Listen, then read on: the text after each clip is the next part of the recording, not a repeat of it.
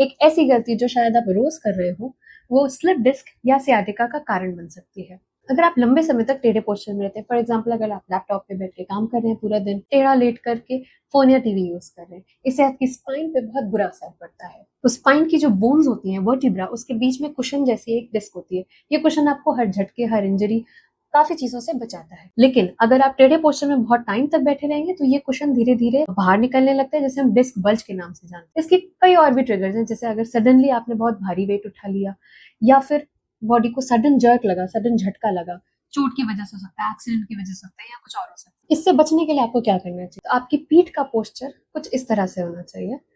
देखिए, जो गर्दन होती है वो अंदर की तरफ होती है, जो पीठ का बीच का पार्ट होता है वो बाहर की तरफ होता है, कमर का पार्ट अंदर और हिप का पार्ट बाहर। ये चीज कोई मेंटेन नहीं कर पाता है, तभी ये प्रॉब्लम्स आती है। आपका जो कमर का पार्ट है ये अंदर होना चाहिए। ऐसे स्लाउच होके बैठना छोड़ दीजिए।